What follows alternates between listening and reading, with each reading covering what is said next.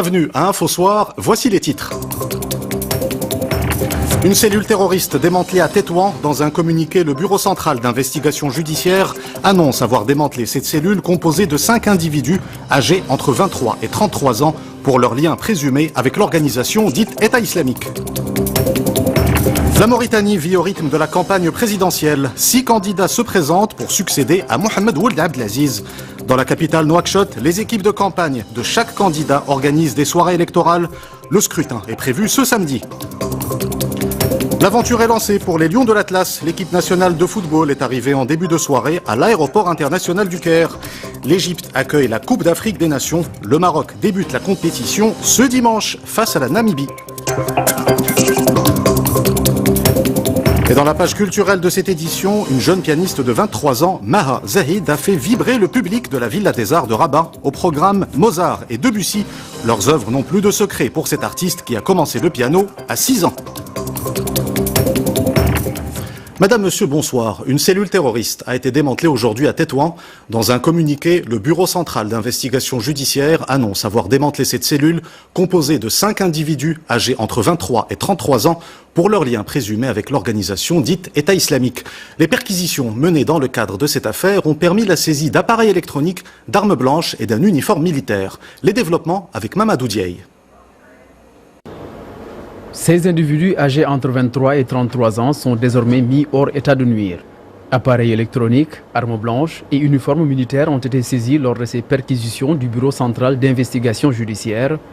Les investigations préliminaires indiquent que les suspects ont prêté allégeance à Daesh, ont adhéré à la propagande de ce groupe terroriste et à ses discours extrémistes, mais également ont entretenu des liens avec des combattants sur la scène syro-irakienne. Le suivi sécuritaire de la cellule renseigne que les mises en cause sont impliquées dans l'agenda destructeur de Daesh et tenté de planifier l'exécution d'opérations terroristes et criminelles d'envergure dans le royaume. Les 5 prévenus seront déférés devant la justice dès la fin de l'enquête, une enquête menée sous la supervision du parquet compétent. Dans la région de Nador, 4 personnes ont été arrêtées pour leur lien présumé avec un réseau criminel actif dans l'organisation de la migration clandestine et la traite humaine.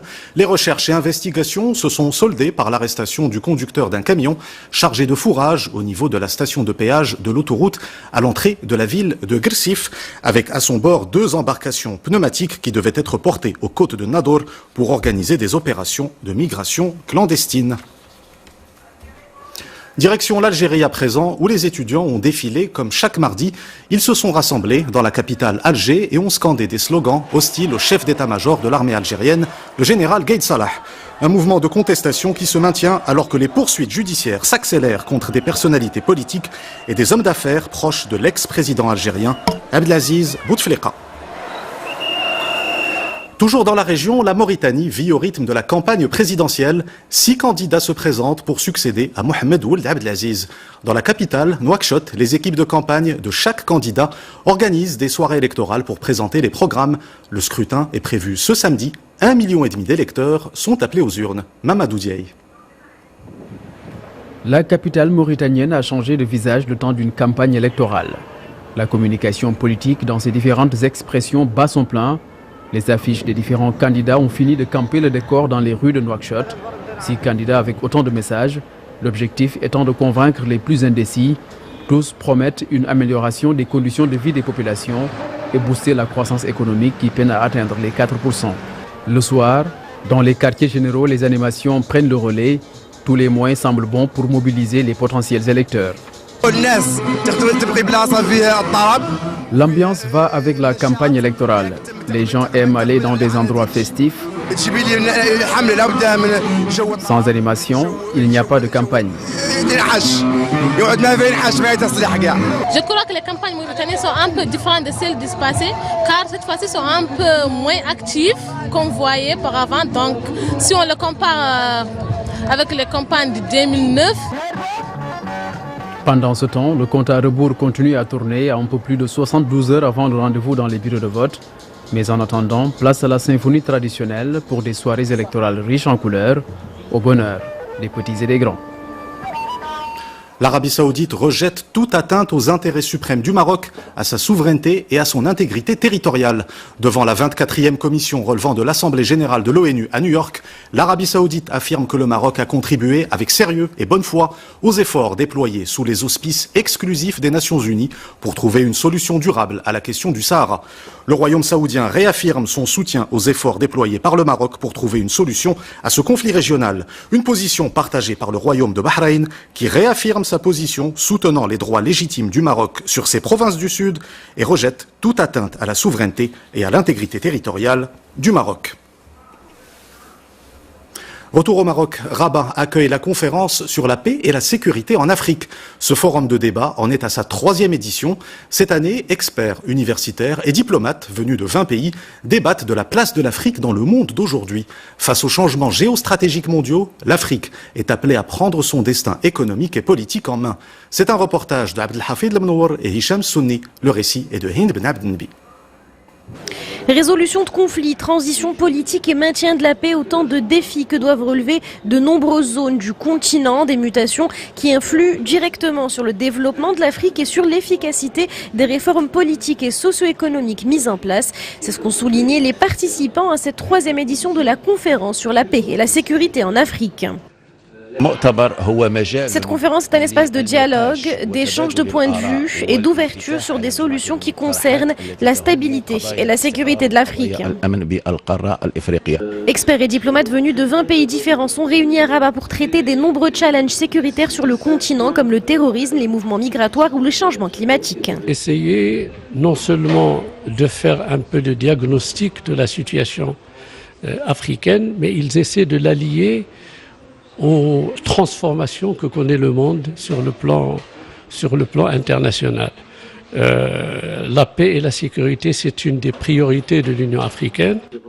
Un organe qui plaide pour des actions africaines collectives et complémentaires qui prennent en considération les spécificités de chaque zone afin de renforcer les capacités des pays africains en termes de consolidation de la paix et de la sécurité. Le président du gouvernement autonome d'Andalousie, Juan Manuel Moreno, a eu aujourd'hui à Rabat des entretiens avec le ministre des Affaires étrangères et de la coopération internationale, Nasser Bourita. En visite au Maroc, le président du gouvernement andalou a rappelé l'existence d'un riche héritage commun sur le plan culturel. Quant au volet économique et commercial, le Maroc est aujourd'hui le premier partenaire économique de la région andalouse, avec des échanges annuels de 900 millions d'euros. Son Altesse Royale, la princesse Lalla Hasna, présidente de la Fondation Mohamed VI pour la protection de l'environnement, a présidé aujourd'hui la cérémonie d'inauguration du Centre international Hassan II de formation à l'environnement. Une structure située près des jardins exotiques de Bouknadl, près de Rabat, et qui est dédiée à la sensibilisation et l'éducation à l'environnement. Le nouveau centre a également pour mission d'être un incubateur d'idées et de participer à la recherche dans le domaine de l'environnement en partenariat avec divers organismes internationaux. Nous y reviendrons plus en détail dans nos prochaines éditions.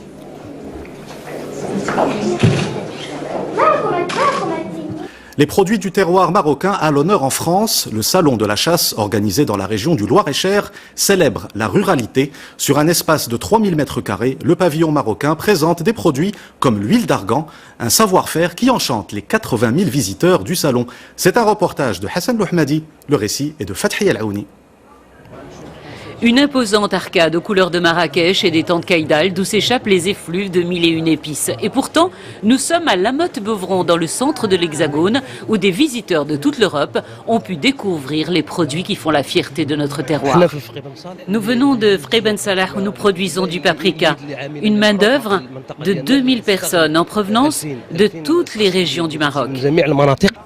Mais c'est leur verre, ou plus communément l'huile d'argan, qui représente sans doute le détour incontournable pour la jante féminine lors de ce salon dédié à la chasse et la ruralité. Alors, les plus belles femmes françaises qui ont découvert l'huile d'argan dans les années 60, qui l'ont utilisée toute leur vie, elles ont gardé toute l'élasticité. On voit que c'est un produit qui marche. Notre produit est certifié bio, labellisé par une indication géographique, protégé et respecter les critères nationaux et internationaux. Invité d'honneur de la 38e édition de ce salon, le Maroc semble avoir charmé ses hôtes. Le ministre de l'Agriculture, de la Pêche maritime et du Développement rural, Aziz Akhanouch, représentait le royaume. Regardez l'ensemble des stands, de voir ce que je savais déjà, la qualité de votre pays, la qualité de votre savoir-faire, de votre artisanat, de votre ruralité, de votre agriculture, de la chasse, de votre tourisme, qui fait que voilà, aujourd'hui je me sens marocain. Une belle occasion pour les nombreux artisans marocains de partager leur savoir-faire ancestral, un savoir-faire qui franchit les frontières et séduit néophytes comme habitués. L'aventure est lancée pour les Lions de l'Atlas. L'équipe nationale de football est arrivée en début de soirée à l'aéroport international du Caire. L'Égypte accueille la Coupe d'Afrique des Nations. Le Maroc débute la compétition ce dimanche face à la Namibie. Jamal Oualam. Ça y est, c'est parti. L'aventure 2019 de l'équipe nationale est lancée. Les Lions de l'Atlas se sont rendus en début d'après-midi à l'aéroport Menara de Marrakech. Les mines souriantes et décontractées, les 23 joueurs et le staff technique ont fait le départ en direction de l'Égypte pour la 17e participation du Maroc à la CAN. Une équipe qui n'attend qu'une chose, le début de la compétition le 23 juin face à la Namibie. On s'est bien entraîné, on s'est bien préparé, Inch'Allah.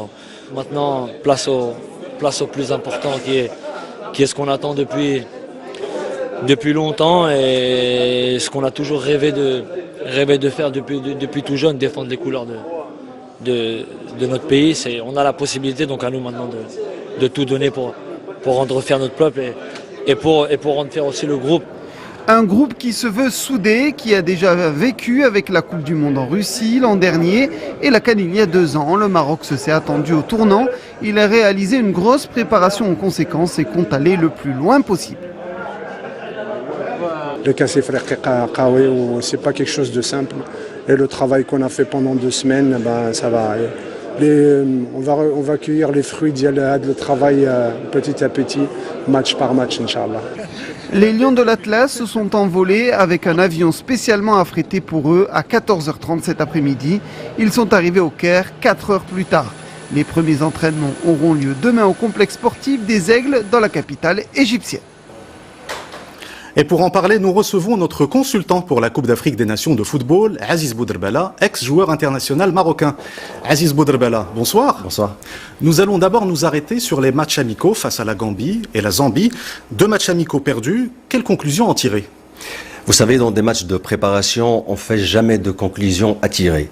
Les matchs de préparation se font effectivement pour que les entraîneurs ou les sélectionneurs puissent redonner à leurs joueurs, à leur équipe, cette efficacité du jeu, cette infinité entre les joueurs et surtout retrouver l'automatisme. C'est vrai que on a une équipe nationale qui a du potentiel, mais c'est vrai qu'on n'a pas été efficace durant ces 2 derniers matchs, mais on est très quand même rassurés, nous, autant que techniciens, que l'équipe nationale va effectuer une superbe Coupe d'Afrique, parce que c'est vrai qu'ils ont eu une dizaine de jours de préparation, vraiment des entraînements très durs, parce qu'il faut rappeler que la Coupe d'Afrique, c'est la nouvelle formule, c'est plus comme avant, c'est plus 16 équipes, c'est 24 équipes. Et justement, cette nouvelle formule permet de passer de 16 à 24 équipes. Comment faut-il aborder cette compétition, vous qui avez disputé plusieurs compétitions africaines? Justement, le match le premier contre la Gambie qu'on a perdu, on va retrouver une équipe, la Namibie, le premier match, qui a le même profil. Donc, c'est-à-dire que l'entraîneur, le sélectionneur, son staff, ils en ont tiré profit et des enseignements pour qu'on puisse justement aborder ce premier match comme il le faut. Comme je disais, il faut retrouver justement cet automatisme, surtout cette fraîcheur et compter beaucoup sur les jeunes joueurs de qualité, des joueurs de talent qui ont aussi, qui sont très physiques et capables de redonner vie à cette formation. Le 23 juin, pour son premier match, le Maroc affronte la Namibie. Selon vous, quelle configuration l'entraîneur Hervé Renard va-t-il aborder pour cette entrée en matière? Écoutez, je pense qu'il va aligner l'équipe type.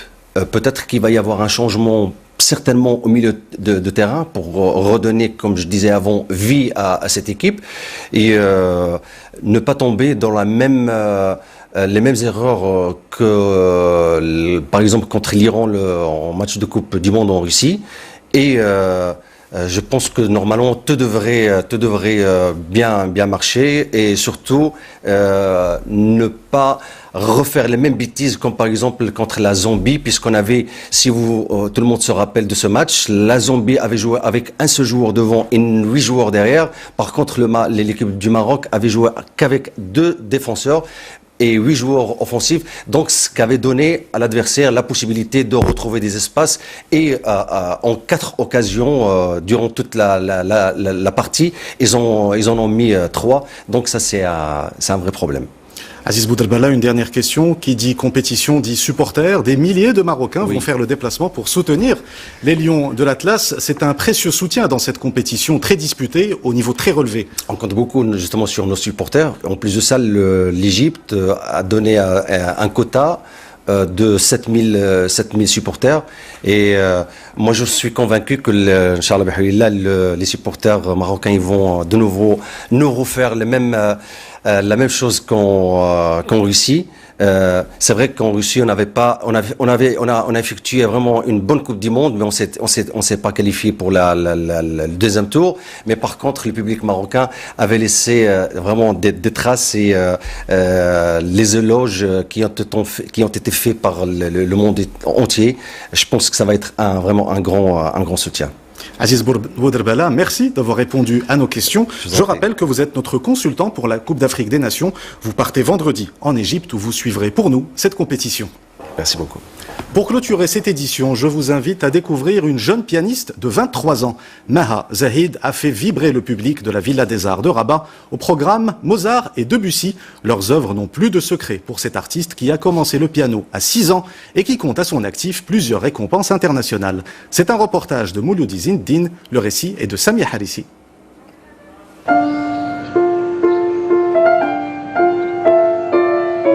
Sur la scène de la Villa des Arts, les premières notes de la fantaisie en ré mineur de Mozart s'envolent avec légèreté.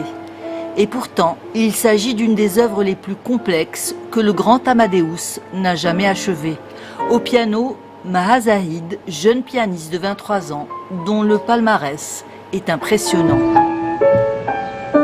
Je suis mes cours de piano avec Caroline Sajman et je fais de la recherche, un master de recherche en musicologie à l'université Paris 8. Mozart, je l'ai choisi pour inaugurer le concert et Debussy, j'ai travaillé l'année dernière sa musique pour mon projet de licence et du coup je tenais absolument à progresser et travailler encore plus d'œuvres de lui. Une volonté qui a inspiré un talent précoce. La jeune artiste débute le piano à 6 ans, s'envole pour Paris pour y suivre l'école normale de musique, puis un master en musicologie. Son parcours a attiré un public trié sur le volet. Je suis de passage à Rabat et j'avais profité de ce passage pour pouvoir assister au concert de Maha Zahid que j'avais déjà pu croiser sur différents concerts sur Paris. J'avais apprécié sa façon de jouer. On est très fiers de voir des jeunes femmes marocaines qui brillent à l'international et qui viennent briller au Maroc et nous faire passer un très agréable moment. En tant qu'étudiant, je trouve que ça a été un morceau qui a été interprété avec beaucoup d'émotion. Une émotion palpable que l'artiste suscite à travers ses concerts en France et à l'étranger. Dernière en date, en mai dernier en Italie, où elle décroche le meilleur prix d'interprétation. Au Maroc, elle signe là son 3e concert, son rêve, pouvoir aussi partager sa passion dans son pays natal. Avant de nous quitter, je vous rappelle l'une des principales informations de cette édition. Son Altesse Royale, la princesse Lalla Hasna, présidente de la Fondation Mohamed VI pour la protection de l'environnement, a présidé aujourd'hui la cérémonie d'inauguration du Centre international Hassan II de formation à l'environnement. Une structure située près des jardins exotiques de Bouknadl, près de Rabat, et qui est dédiée à la sensibilisation et l'éducation à l'environnement. Le nouveau centre a également pour mission d'être un incubateur d'idées et de participer à la recherche dans le domaine de l'environnement en partenariat avec divers organismes internationaux. Nous y reviendrons plus en détail dans nos prochaines éditions. C'est la fin de cette édition. Vous retrouvez tout à l'heure Sana Rahimi pour Al Masaïa. Quant à moi, je vous dis à demain. Excellente soirée sur 2M.